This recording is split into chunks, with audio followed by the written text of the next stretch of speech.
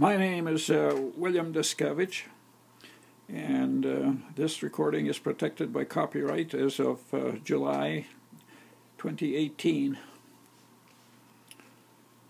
I want to tell you about the time that the farmers in Alberta stormed the provincial legislature. In the late 1960s, the agriculture economy on the prairies was facing a great many difficulties. Many commodity prices were below the cost of production, and the Canadian Wheat Board was under attack, and statutory rates for hauling grain into export position were under attack, and many rail lines were abandoning branch lines, so that the farmers that were affected had to haul longer distances at a greater cost. And there were a number of provincial unions in Canada. The Alberta Farmers Union was one of them, and then Saskatchewan had theirs, and Manitoba and Ontario and so forth. And those provinces, some of those provinces, allowed the establishment of farm marketing boards, which did a pretty good job for farmers through supply management. But the farmers realized that they were at a disadvantage dealing with national issues as provincial organizations. So they decided to form a national farmers union. They held their founding convention in Winnipeg in 1969, and the Saskatchewan, Manitoba, and Ontario provincial unions agreed to merge into a national farmers union, but the Alberta union did not. They changed their name to Unifarm, and they decided they're going to stay a provincial union. As a result of that, some of the delegates that were at the founding convention of the National Farmers Union came back to Alberta and started to organize the National Farmers Union from the grassroots up. They held meetings and had membership drives, and before too long they had the support of quite a number of farmers. The only problem was that the provincial government, the social credit government under the premiership of Premier Strom, refused to recognize the National Farmers Union, saying that they represented an insignificant number of farmers and that they preferred to deal with Unifarm. And the farmers realized that that people living in the cities that had no connection with farms weren't aware of how serious the situation was, and they decided that they were going to have to focus attention on it. The press, the corporate compliant press or news media weren't really dealing with the issue, so the farmers decided to hold a rally. And they held a rally at the Edmonton Sales Pavilion where about 1,500 farmers attended. And they had invited Premier Strom and Agricultural Minister Henry Rusty to attend, but they refused. So after a few fiery speeches, one of the farmers got up and said, look, says, if the government officials won't come to us, why don't we go to them? And there was a lot of applause, and the idea was accepted, and the farmers got into their vehicles and drove up to the parking lot that was situated west of the high-level bridge at that time, and then walked across to the main entrance of the building.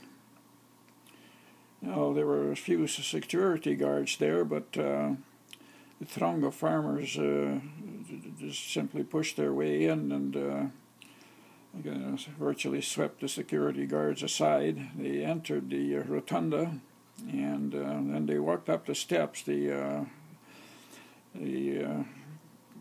legislature was in session, so they pounded on the doors and started hollering, "We want Strom! We want Strom!" Now, my wife and I participated in that rally.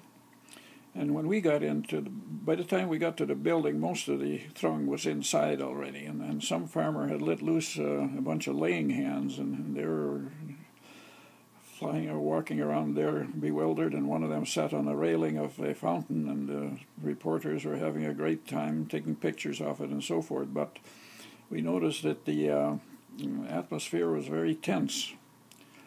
Somebody started singing Solidarity Forever, and we joined in a rousing chorus, but the rumors started going around that some MLA from southern Alberta suggested that the security turn the fire hoses on us and disperse us with water.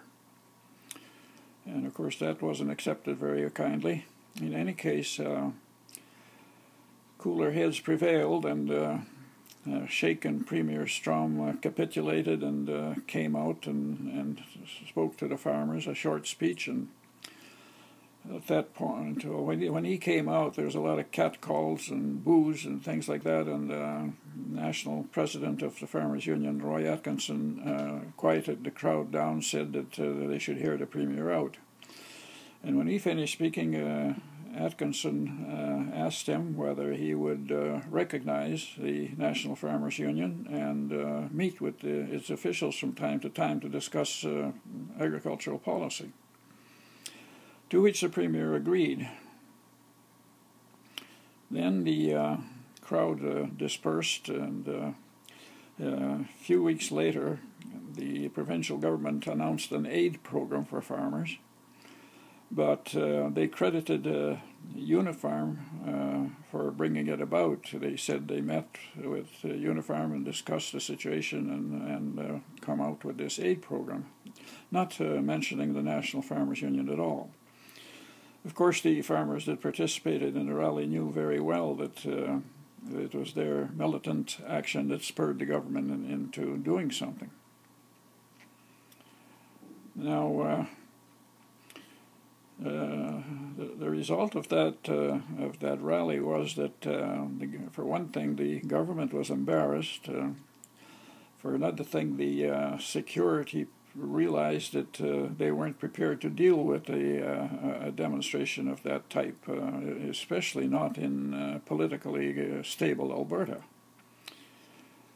And probably most of all, the corporate elite that controlled the levers of power were very much concerned. They didn't want to see a strong farmers' union that would pose a threat to their power. So